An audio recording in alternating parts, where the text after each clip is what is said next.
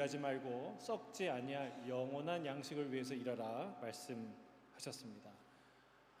그러니까 제 백성들이 묻습니다.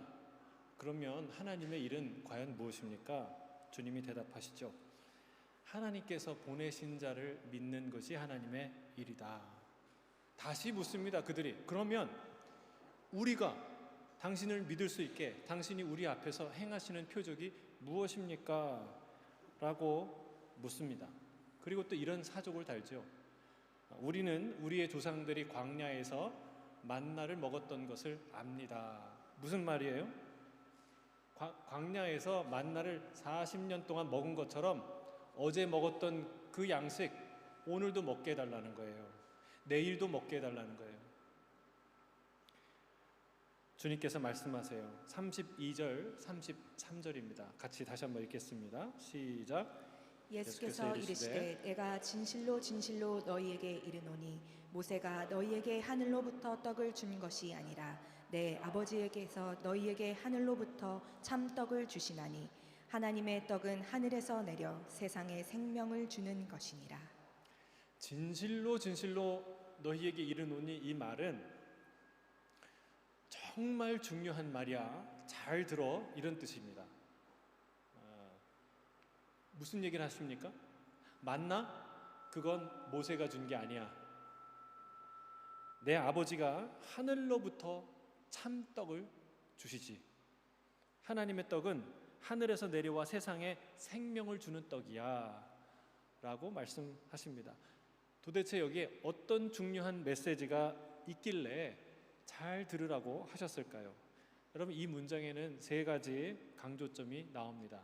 첫째는 내 아버지가 주신 것이다 라는 말이에요. 누가 준 게 아니라고요? 모세가. 공급의 주체를 말합니다. 만나는 모세가 준 게 아니라는 거예요. 오히려 만나는 하늘로부터 오는 양식은 모세가 이해하지도 못했고 믿지도 못했어요. 사람들이 고기를 달라고 애원하니까 하나님이 뭐라 그러세요? 어느 날? 그래, 내가 이들에게 고기를 주겠다. 그러니까 모세가 뭐라 그래요? 오히려 하나님, 모든 양떼를 다 잡은들, 모든 소떼를 다 잡은들, 그리고 저 바다에 있는 모든 물고기를 다 모은들 어떻게 이 많은 사람들이 일시에 다 먹겠습니까? 매일 먹겠습니까? 얘기해요. 못 믿었어요. 그러니까 여러분, 참 모세도 믿음이 없다. 지식도 없다. 바다에 얼마나 고기가 많은지 모르는 거예요. 고등어도 있고 무슨 갇힌 그 고기가 엄청 많다는 걸 모르는 거예요. 모르면 가만히 있지. 그럴 수 없다고. 어떻게 하겠냐고. 근데 오히려 하나님이 그 얘기를 듣고 뭐라고 얘기하십니까? 먹일 의지를 선포하신 게 하나님이에요. 주님이 이렇게 얘기하셨어요. 여호와의 손이 짧으냐? 내가 이제 내 말이 내게 응하는 여부를 보리라. 하나님이 이렇게 말씀하셨습니다. 백성을 살린 분은 모세가 아니라 하나님이시라는 거예요. 이 사실을 정확히 알고 분명히 말해야 한다는 것입니다. 생명은 모세나 지도자가, 바로 같은 이 땅의 지도자가 주는 것이 아니라는 것입니다. 생명을 주시는 분은 오직 하나님이신 줄 믿습니다. 이게 제일 중요한 전제예요. 사실이에요. 두 번째 강조점이 있어요. 그것은 뭐냐면 참떡을 주신다는 거예요. 하나님이 참떡. 이 공급의 내용을 말하는 것이죠. 그냥 떡이 아니라 참떡이에요. 진짜 떡. 여러분, 참이라는 말을 붙이는 것은 요한복음의 특징이에요. 사도 요한이 즐겨 쓰는 표현이에요. 성경에 보면 참빛, 그냥 빛이 있는데 그 빛이 아니라 참빛이 있다는 거예요. 하나님이 참되시다. 참되게 예배하는 자, 참된 양식, 참된 음료, 참 포도나무, 참 하나님, 이런 표현들을 사도 요한이 즐겨 쓰죠. 여러분, 참떡이 있다는 거예요. 진짜 떡. 하나님이 주신 떡. 우리가 먹는 이 떡 말고 그것도 떡이지만 진짜 떡이 있다는 거예요. 하늘에서 오는 떡입니다. 물론 조상들이 먹었던 만나도 하늘에서 내렸습니다. 하나님이 주셨습니다. 따지고 보면 모든 양식은 다 하나님이 주시는 것입니다. 그러나 이 만나의 특징은 다른 음식들과 같이 썩어 없어진다는 거예요. 이게 세상의 특징입니다. 썩어 없어지는 것이 이 세상의 특징이에요. 이 유한성. 세상 귀한 음식도 다 썩습니다. 누가 귀한 음식을 선물하면 이거 한번 먹어치우기 아까워서 좀 나눠서 먹고 조금씩 먹어야지 하다가 어느 날 그 음식이 상해서 더 이상 못 먹을 때가 있어요. 버려야 될 때가 있어요. 얼마나 속이 상한지. 그게 세상의 특징이에요. 미모는 안 그렇습니까? 건강은 그렇지 않습니까? 여러분 한때 잘 나가던 분들 아니에요. 청년이요, 예? 그런 미모의 청년이고 뭐라 그러죠? 이름도 젊은 여인 아니었습니까? 그런데 이제 여러분 우리가 그게 다 한때라는 거예요. 조금 누가 더 누리냐 덜 누리냐 그 차이지. 세상에는요 변함없는 것이 간혹 있습니다. 꿀 같은 것 또는 금 같은 것. 그러나 그래도 세상에는 영원한 것이 없습니다. 이에 비하여 참떡은 썩어 없어지는 떡이 아니라는 거예요. 영원한 떡이라는 거예요. 음식은 우리에게 생명을 주는 것 같지만 제한된 생명을 줍니다. 참 생명이 아니라는 것이죠. 예를 들면 배터리를 넣어서 움직이는 기계와 그냥 스스로 움직이는 존재는 다른 존재입니다. 지금 AI가 사람처럼 말하잖아요. 그런데 사람처럼 말하는 AI와 진짜 사람이 하는 말은 다른 거예요. 같지 않습니다. 그러니까 가짜의 특징이 있는데 가짜의 특징은 진짜 같다는 거예요. 꼭 진짜 같이 생긴 게 가짜예요. 하지만 가짜는요 죽었다 깨어나도 진짜가 되지 못합니다. 썩을 양식은 썩지 않을 영원한 양식을 결코 대체할 수 없다는 거예요. 여러분 그런 양식, 영원한 양식이 있다라는 것을 아셔야 됩니다. 이걸 예수님이 알려주지 않으셨으면 성경이 이렇게 명확하게 여러 번 자세히 얘기해 주지 않았으면 우리는 스스로 깨달을 수 없었을 거예요. 영원한 양식이 있구나. 자, 그래서 세 번째 그 참떡을 우리에게 주시는데 그 떡은 뭐냐? 세상에 생명을 주는 떡이다 라는 것입니다. 공급의 목적입니다. 양식의 목적은 생명이죠. 여러분 왜 먹습니까? 맛있어서 먹고 맛을 위해서 먹는 것 같지만 실은 살기 위해서 먹습니다. 이 음식의 가장 중요한 기능은 이렇게 생명이에요. 그러니까 맛이 아니라 영양이 훨씬 더 음식에 있어서는 중요한 가치를 갖고 있어요. 그래서 이 양식 때문에 사람들은 전쟁을 불사합니다. 먹을 것 때문에 전쟁을 일으키죠. 여러분 사람은 죽습니다. 누구나 못 먹어서 죽는 것 같지만 사실은 못 먹어서 죽는 게 아니라 죽어가기 때문에 못 먹는 거예요. 곡기를 끊는 것은 중요한 임종 직전의 현상이죠. 그래서 누가 어르신이 곡기를 끊으셨다 그러면 수일 내로 혹은 수주 내로 돌아가시겠구나라고 생각해야 돼요. 저도 아버님이 계속 아프시다가 음식을 왕성하게 아프신 중에 드신다는 얘기를 듣고 안심했는데 어느 날 곡기를 끊으셨다는 거예요. 그래서 이제 비행기를 타고 급히 이제 갔었죠. 여러분 곡기를 끊는다는 건 임종의 사인인데 하지만 먹지 못해서 죽는 것 같이 느끼지만 실은 생명이 다 했기 때문에 먹지 못하는 거예요. 마치 죽은 사람이 숨을 쉬지 못해서 죽은 게 아니라 죽었기 때문에 숨을 못 쉬는 것과 똑같아요. 여러분 죽은 시체에 막 산소를 집어넣었다 뺐다 막 이렇게 하면 살아나나요? 아니요, 그럴 수 없어요. 같은 이치라는 거예요. 생명이 다 했기 때문에 먹을 수 없는 거예요.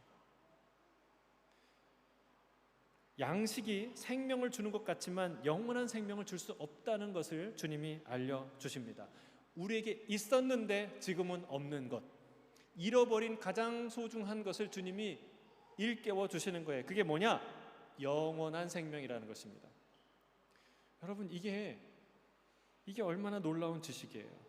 이거 예수님이 가르쳐 주지 않으셨다면 죽었다 깨나도 모르는 거예요. 근데 주님이 이걸 가르쳐 주셔도 긴가민가 하잖아요. 영생이라는 걸 주겠다고, 그걸 위해서 내가 십자가에 죽었다고, 그걸 나를 믿는 자에게 이 영생을 주겠다고 누누이 얘기하는데, 지금도 많은 사람들이 영생이 있나? 과연 있을까?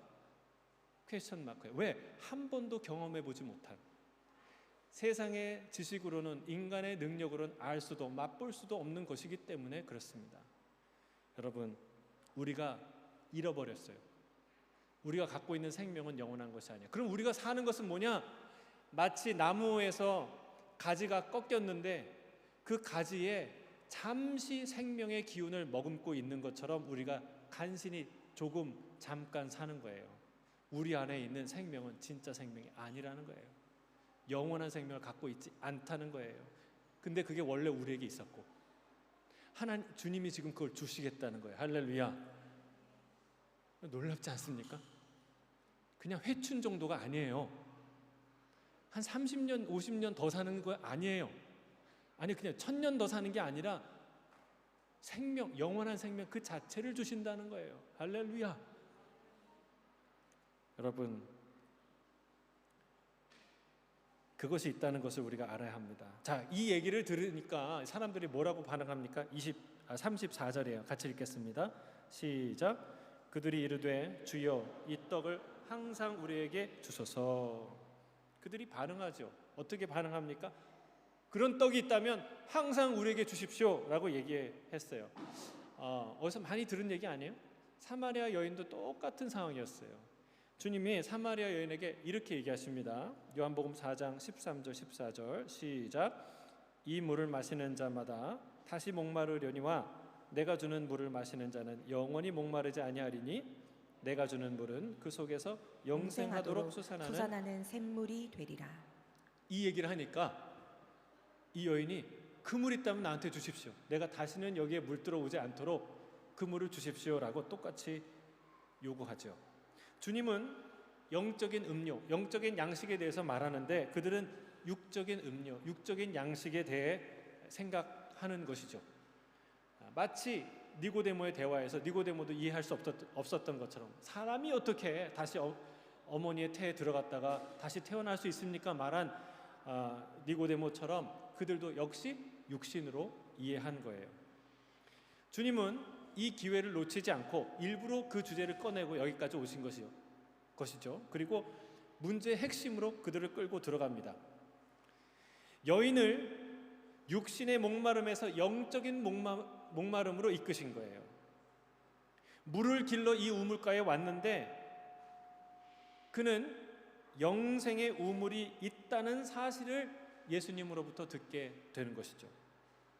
이 무리들도 어제처럼 오늘도 한 끼 배를 채우고 싶어서 다시 달려온 것인데 이들에게 다시 한 끼 배를 채우는 정도의 썩어질 양식이 아니라 영원히 줄이지 않는 생명, 그 생명의 양식을 내가 주겠다고 말씀하시는 거예요. 사랑하는 성도 여러분, 항상 이 떡을 항상 우리에게 주십시오라는 말은 뭐예요? 우리는 항상 배고프다라는 뜻이죠.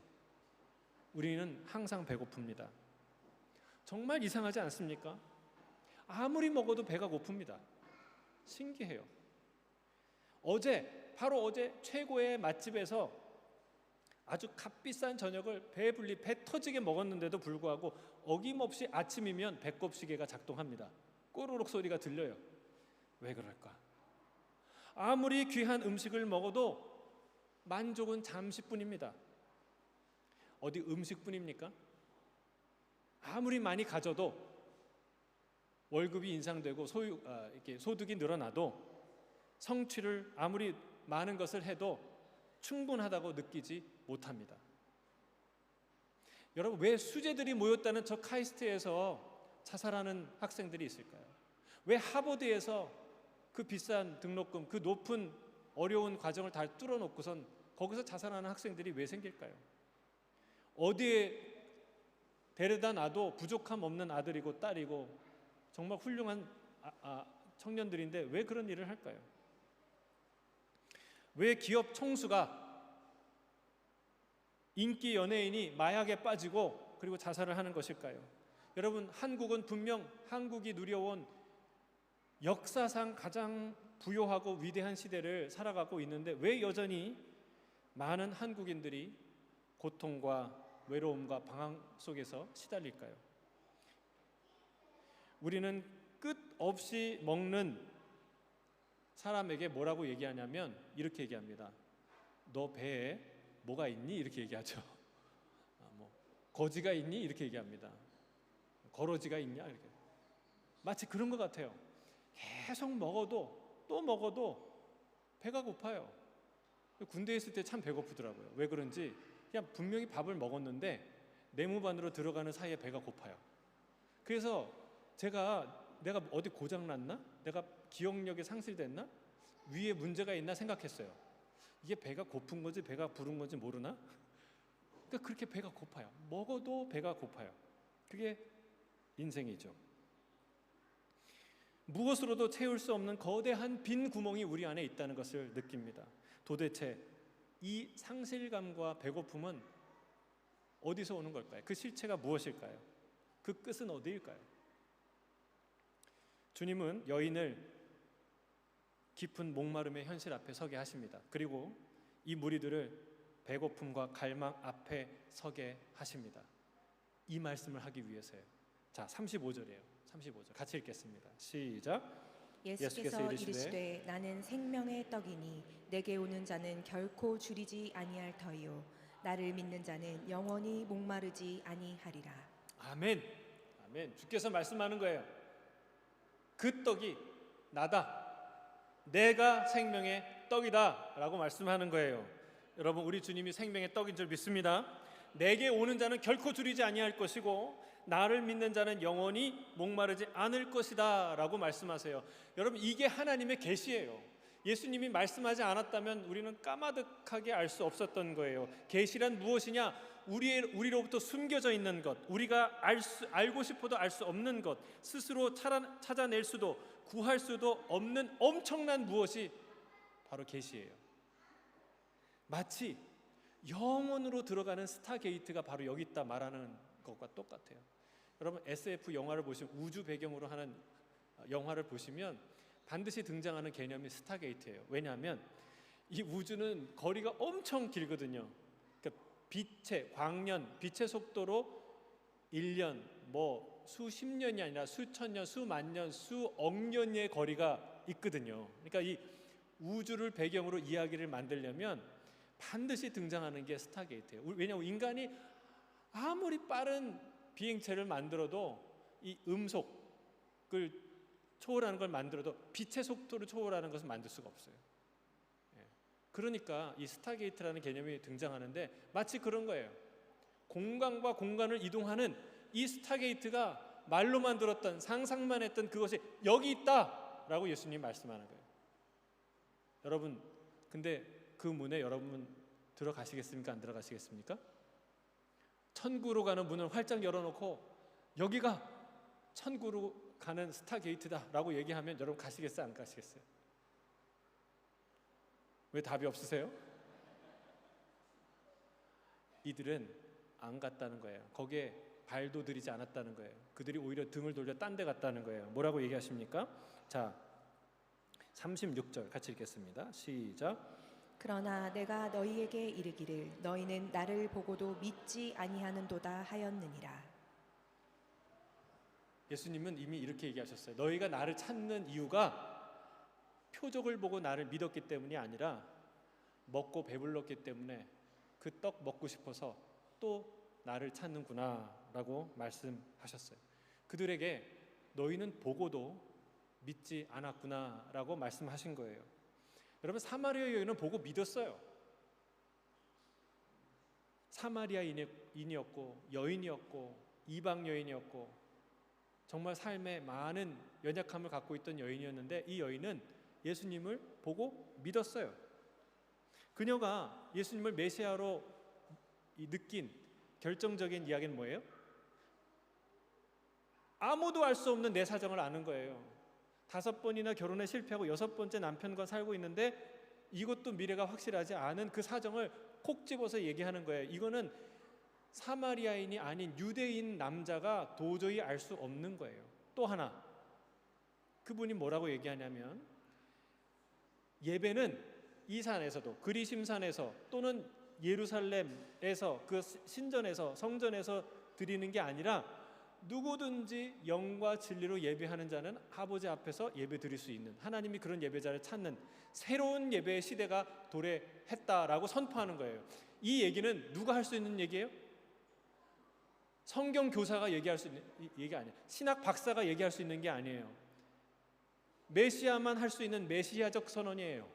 그러니까 이 사람이 이 얘기를 듣고 물동이를 버려두고 내가 메시아를 만났다, 그리스도를 만났다, 이 소식을 전하러 마을로 달려가지 않습니까? 근데 여러분 생각해 보세요. 이 예수님을 찾아온 이 무리들은 이 사마리아 여인보다 훨씬 더 직접적이고 놀라운 말씀을 들었고 비교할 수 없이 부인할 수 없는 강력한 표적을 봤어요. 그럼에도 불구하고 그들은 믿지 않습니다. 여러분, 이들이요 아침부터 저녁까지 예수님이 인도하시는 부흥 집회에 참여했어요. 먹는 걸 까맣게 잊어버릴 정도로 신나게 말씀 들었어요. 은혜 충만, 말씀 충만, 다 은혜 받았어요. 그러놓고서는 안 믿어요. 그럴 수가 있나요? 여러분, 예수님보다 말씀 더 잘 전할 수 있는 사람 있나요? 그 전날 저녁에 오병이 도시락 하나로 5,000명, 남자만 5,000명, 여자까지 아이까지 하면 10,000명, 20,000명 되는 엄청난 인원들이 그 빈들에 있는 많은 사람들이 다 음식을 먹었어요. 이거는 환자 하나를 고친 표적과 비교할 수 없는 거예요. 그렇죠? 귀신이 나가고 병든 자가 일어나고, 여러분 이것과 비교할 수 없는, 유래를 찾아볼 수 없는 저 구약의 말로만 들었던 만나와 메추라기 사건, 그 이후에 정말 하나님만이 일으킬 수 있는 신적 사건이 일어난 거예요. 근데 그럼에도 불구하고 그들은 모른다는 거야. 마치 아무 일이 없었던 것처럼, 어제 일은 오늘과 상관이 없는 것처럼 오늘 또다시 기적을 행하라고 말하는 거예요. 놀라운 불신 아닙니까? 그럼 그래서 예수님이 이렇게 얘기하십니다. 37절이에요. 함께 읽겠습니다. 시작. 아버지께서 내게 주시는 자는 다 내게로 올 것이요 내게 오는 자는 내가 결코 내쫓지 아니하리라. 누가 구원을 받는다고요? 아버지께서 내게 주신 자.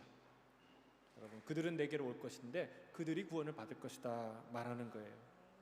여러분, 안타깝게도 이건 현실이에요. 똑같이 복음을 전하지만 듣지만 안타깝게도 믿는 이가 있고 믿지 않는 이가 있다는 거예요. 이걸 어떻게 우리가 용납하고 받아들이고 이해할까요? 주님이 말씀하는 거예요. 아버지께서 내게 주신 자, 그는 이 생명의 양식을 먹게 될 것이다 라는 거예요. 우리는 니고데모와의 대화를 통해서 중생의 비밀을 알게 됐죠. 성령으로 거듭나지 않으면 누구도 천국에 갈 수 없다고 말씀하셨습니다. 믿음조차 성령의 선물임을, 내 의지와 내 노력과 내 지적인 소산이 아니라는 것을, 내 의지의 소산이 아니라는 것을 말씀하십니다. 내가 스스로 내 발로 교회에 와서 내가 그 복음 듣고 내가 믿는 것 같은데 실은 하나님이 내 이름을 부르셔서 내 발걸음을 인도하셔서 이 자리에 있고 주님을 믿게 된 줄로 믿습니다.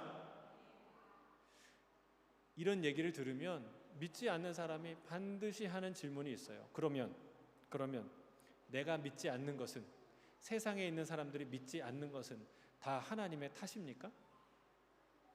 그게 예정된 길입니까? 이렇게 질문합니다.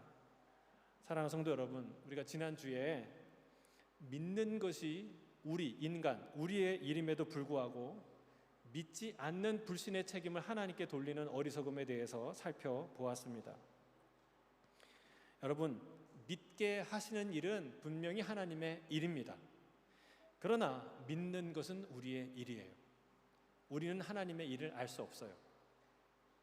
하나님의 일을 빙자하여 자신의 불신앙을 변명하는 것은 마치 이런 거예요. 강도가 강도짓을 해놓고서 내가 강도짓을 한 것은 전능하신 하나님이 내 손과 발을 묶어서 강도짓을 못하게 하지 않으셨기 때문에 내가 강도짓을 한 겁니다 라고 말을 하는 거예요. 여러분, 그게 변명이 됩니까? 아주 어리석고 악한 변명이죠. 자기의 죄를 하나님께 탓하는 것이죠. 여러분, 아버지께서 내게 주신 자라는 이 표현은 하나님의 절대적 주권을 말하는 것이지 운명론을 말하는 것이 아닙니다. 그 다음 문장을 통해서 그 의미가 분명하게 드러납니다. 뭐라고 얘기하십니까? 내게 오는 자는 내가 결코 내쫓지 아니하리라. 자, 따라하겠습니다. 내게 오는 자는 내가 결코 내쫓지 아니하리라. 다시 한번, 내게 오는 자는 내가 결코 내쫓지 아니하리라. 아멘. 내게 주시는 자는 누구냐? 내게 오는 자예요. 내게 오는 자가 누구냐? 하나님, 내게 주신 자라는 거예요. 그럼 하나님은 그렇게 째짜한 분입니까? 옹졸하신 분이에요? 그렇게 쉽게 토라지고 상처받는 분이에요? 하나님 그런 분 아니에요. 여러분, 노아의 방주는요 굉장히 큰 공간이었어요. 많은 사람이 들어갈 수 있었어요. 그런데 거기에 몇 명 탔어요? 딱 8명. 그러면 마지막에 문이 닫힐 때 그 주변에 있는 사람들이 막 문을 두드리면서 노아, 나 그 방주에 탈 수 있도록, 내가 당신의 삶을 봤는데 당신은 신실한 사람이고, 그리고 이 엄청난 일을 하는 걸 보니까 무슨 일이 있는 것 같은데 나 여기 들어가고 싶다고 부탁하면, 여러분, 노아가 노 땡큐, 여기는 당신 들어갈 공간이 없어요. 하나님이 정하신 뜻은 우리 가족 8명이니까 당신 탈 자리는 없어요. 그랬을까요? 아니에요. 천만의 말씀이에요. 노아는요 정말 반갑게 그를 맞이했을 거예요. 왜 그럴까요? 돌봐야 될 일이 너무 많거든요. 그래도 노아의 방주는 해야 될 일이 엄청 많은데 한 사람이 오겠다 그러면 웰컴이에요. 그리고 이 세상 사람들이 다 멸망당할 것을 아는데 살겠다고 하나님께 살려달라고 하는 사람을 여러분 내쫓지 않았을 거예요. 롯을 보세요. 롯도 사위에게, 아무것도 모르는 사위에게 얘기하잖아요. 같이 이성을 나가자. 근데 안 간 사람은 누구예요? 그 사위들이 그걸 농담처럼 여겨서 스스로 가지 않은 것이죠. 여러분, 주님은 자신의 딸을 고쳐달라고 간청하는 이방 여인 수로보니게 여인에게 은혜를 베풀지 않으십니까? 한 군대 귀신 들린 자를 고치기 위해 배를 타고 그 거라사까지 가지 않으십니까? 한 여인을 구하기 위해 아무도 가지 않는 사마리아 길을 홀로 가시지 않았습니까? 우리 주님은 구원을 위해 아무도 가지 않는 길을 마음을 다해, 목숨을 다해 가신 줄 믿습니다. 우리의 구원을 위해 최선을 다하신 하나님께 우리의 불신을, 우리의 죄의 원인을 주님께 돌리는 일은 참으로 어리석고 악한 말인 거예요. 한 달란트 받은 자가 주인에게 당신은 원래 굳은 사람이 아니었냐고 말하는 것처럼 무례하고 어리석고 참으로 악한 말인 것이죠.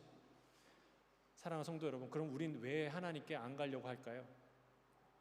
주님은 너희 안에 하나님을 사랑하는 마음이 없는 것을 내가 알았다라고 말씀하십니다. 주님께 가지 않는 것은 하나님을 사랑하는 마음이 우리 안에 없기 때문입니다. 죄를 사랑하는 마음, 세상을 사랑하는 마음이 크기 때문입니다. 여러분, 우리는요 자신의 행위를 정당화하기 위해서 다른 사람 혹은 다른 조건을 비난하거나 탓하는 경향이 있어요. 마치 이솝 우화의 신포도 이야기 아시죠? 그것처럼 여우가 포도를 너무 먹고 싶은데 그래서 갖은 수를 다해서 펄쩍펄쩍 뛰고 뭐 난리를 쳤는데 결국은 못 먹었어요. 돌아가면서 뭐라고 얘기합니까? 저 포도는 씨어 빠진 포도야. 그래서 먹을 수가 없고 먹을 필요가 없는 포도야. 그러고 가잖아요. 여러분, 우리가 집에서 자녀에게 일을 뭐 시킨다고 누구한테 부탁을 해도요 하기 싫어서 변명을 대지 이러저러한 이유가 있어서 못하는 경우는 많지 않아요. 그래서 우리가, 여러분 잘 들어야 돼. 누군가 이런 불평 저런 불평 하는데 그 마음에는 하기 싫은 거예요. 하기 싫어요. 그래서 하기 싫어서 하기 싫은 이유들을 막 이것저것 대는데 그거 잘 분별을 못하면 여러분 헷갈립니다. 힘들어요. 그러니까 이거는 이래서 나쁘고 저건 저래서 힘들고 그러면 아 그래? 우리 교회가 이런 문제가 있어? 저런 문제가 있어? 이런 여기에 빠지게 돼서 더 힘들고 헷갈리고 에너지가 빠지는 거예요. 얘기를 쫙 들을 때 저분이 힘들구나, 하기 싫구나라는 의도를 파악해야 흔들리지 않는 거예요. 우리는 자꾸 누군가를 탓하려는 본성이 우리 안에 있는 거예요. 내가 이럴 수밖에 없는 이유를 자꾸 뭔가를 만들려고 애를 쓴다는 거예요. 그게 우리 본성인, 저를 포함해서 예외 없이 우리가 그런 본성을 갖고 있다는 거예요. 그런데 반면에 하나님은 어떤 분이에요? 하나님은 누군가를 탓하지 않는 분이에요. 또한 내게 오는 자를 결코 내쫓지 않는 분인 줄 믿습니다. 이게 중요합니다. 여러분, 사도 야고보는 지혜가 부족하거든 누구든지 하나님께 구하라. 근데 뭐라고 얘기하냐면 꾸짖지 아니하시고 후히 주시는 하나님께 구하라. 그리하면 주시리라 말씀하세요. 여러분, 우리 하나님은 꾸짖지 아니하시고 후히 주시는 분인 줄 믿습니다. 그런 분이에요. 인색한 분이 아니에요. 여러분, 면박 주시는 분이 아니에요. 상한 갈대도 꺾지 않으시고 꺼져가는 등불도 끄지 않으시는 분인 줄 믿습니다. 그 마음이 어디에 잘 나타나 있느냐? 돌아온 탕자 이야기에 잘 나타나 있어요. 여러분, 인간적으로 말하자면 이 아들은요 파렴치한 인간이에요. 파렴치한 인간. 그 인자한 아버지를 능멸하고 모욕을 주고 그리고 배반한 아들입니다. 철저히 자기만 생각하는 이기주의적인 종자입니다. 그런 인간이에요. 자신의 소유를 다 탕진한 무능하고 게으르고 어리석은 인간이에요. 가문의 먹칠을 한 이 가문의 원수예요. 그러고도 무슨 낯으로 다시 돌아오냐는 거예요. 여러분, 어찌 보면 그 큰아들의 반응이 매우 정상적인 반응이에요. 이런 사람을 어떻게 다시 동생으로, 아들로, 가족으로 받아들일 수 있습니까? 그것 자체가 이해할 수 없는 일이라는 거예요. 그것도 조용히 맞아들이는 게 아니야. 조용히 너 저 방에 가서 반성하고 있어. 이게 아니라 동네 부끄럽게 그냥 막 잔치한다는 거예요. 이런 망나니 아들 돌아왔다고 뭐 자랑할 게 있다고 동네 부끄럽게 그렇게 큰 소리 치면서 자랑하겠다는 거예요. 여러분, 이게 아버지의 마음, 우리 하나님의 마음인 줄로 믿습니다. 주님은 항상 주님을 대적하며 지금도 고집스럽게 자신의 길을 가고 있는 예수님을 대적하고 죽이려고 하는 이스라엘, 예루살렘을 향해 이렇게 말씀하십니다. 예루살렘아, 예루살렘아, 암탉이 제 새끼를 날개에 품으려 한 것처럼 내가 너희의 자녀를 품으려고 한 적이 도대체 몇 번이더냐? 주님이 3번 정도 하고 이런 얘기 하실까요? 한 10번 정도 하고 이런 얘기를 하실까요? 100번일까요? 아니요. 지금도 자신을 밀쳐내는 그 예루살렘을 향해 품으려고 지금도 그 가시 돋친 말들을 끌어안고 그들을 향해 나아가고 있는 예수님의 모습입니다. 이것이 아버지의 마음인 줄 믿습니다. 주님은 내게 오는 자 그가 누구든지 결코 내어 쫓지 않을 것이다 말씀하십니다. 주님은 하나님의 뜻과 마음이 무엇인지 더 정확하고 분명하게 말씀하십니다. 38절에서 40절까지의 말씀이요. 38절에서 40절 함께 읽겠습니다. 시작. 내가 하늘에서 내려온 것은 내 뜻을 행하려 함이 아니요 나를 보내신 이의 뜻을 행하려 함이니라. 나를 보내신 이의 뜻은 내게 주신 자 중에 내가 하나도 잃어버리지 아니하고 마지막 날에 다시 살리는 이것이니라. 내 아버지의 뜻은 아들을 보고 믿는 자마다 영생을 얻는 이것이니 마지막 날에 내가 이를 다시 살리리라. 이 본문에 하시니라. 이 말씀에 아주 결연하고 분명한 하나님의 뜻 3가지가 나옵니다. 첫째는 뭐예요? 단 한 사람도 잃어버리지 아니할 것이다 라는 주님의 결연한 의지가 있어요. 두 번째, 아들을 보고 믿는 자마다 영생을 줄 것이다 세 번째, 마지막 날에 그 아들이 그들을 모두 살릴 것이다 라는 것이 하나님의 뜻이라는 것을 분명하게 말씀하십니다. 사랑하는 성도 여러분, 내가 결코 잃어버리지 않겠다, 하나라도 잃어버리지 않겠다라고 말씀하실 때에 그 하나, 그 한 사람은 누구입니까? 주님은 당신의 삶을 통해서, 그의 가르침을 통해서 명확하게 구체적으로 보여주십니다. 그는 누군가? 그 한 사람은 강도 만나 길에 쓰러져 있는 한 사람이에요. 시름시름 죽어가는, 그 어두움 가운데, 외로움 가운데 남몰래 죽어가는 그 한 사람이에요. 그 한 사람은 5번째 결혼도 실패하고 6번째 남자와 살고 있는 목마른, 미래를 알 수 없는 한 사마리아 여인입니다. 그 한 사람은 군대 귀신에 사로잡혀 자신의 몸을 학대하고 홀로 들과 무덤가에서 기괴한 삶을 살았던 버려지고 외로운 한 사람입니다. 그 한 사람은 38년 동안 병상에 누워 단 한 번도 자신의 힘으로 일어설 수 없는, 기약 없는 하루하루를 살던 한 연약한 병자입니다. 그 한 사람은 있는 대로 아버지의 마음을 후벼 파고 상처를 주었던 한 고약한 아들입니다. 그 한 사람은 결정적인 순간에 예수님을 배반하고 도망갔던 제자들입니다.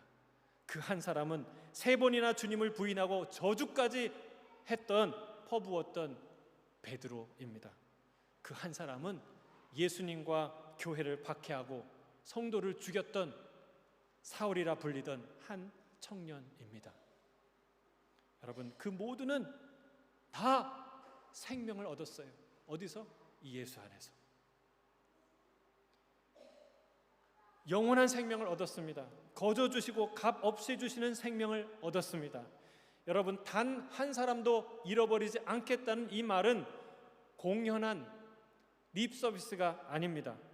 이 생명을 주시기 위해, 단 한 사람을 구원하시기 위해 주님은 저 영광의 보좌를 버리고 이 땅에 친히 내려오셨습니다. 지금도 그 한 사람에게 생명을 주기 위해 자기의 목숨을 주려고 십자가의 길을 걸어가고 계십니다.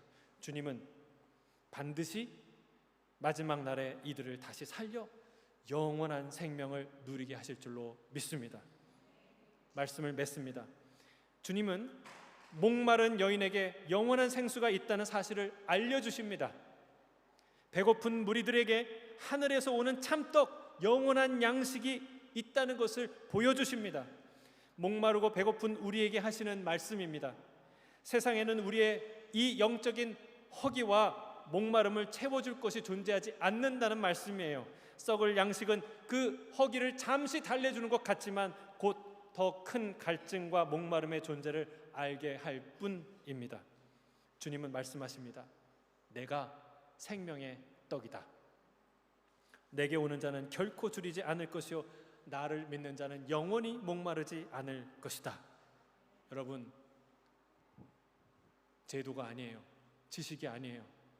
노력이 아니에요. 공로가 아니에요. 예수 그리스도예요. 그분이 나를 살려요. 그분을 먹어야 오늘도 삽니다. 오늘 예배하고 찬양하고 말씀을 듣고 이 자리에 그 예수를 먹어야 여러분 우리가 사는 줄 믿습니다. 그분을 통해서 영원한 생명이 날마다 우리 안에 선포되고 누리게 될 줄로 믿습니다. 이 예수님과 함께 영원한 생명을 누리는 저와 여러분이 되시길 주의 이름으로 축복합니다. 아멘. 기도하겠습니다. 사랑하는 주님, 이 땅에 있는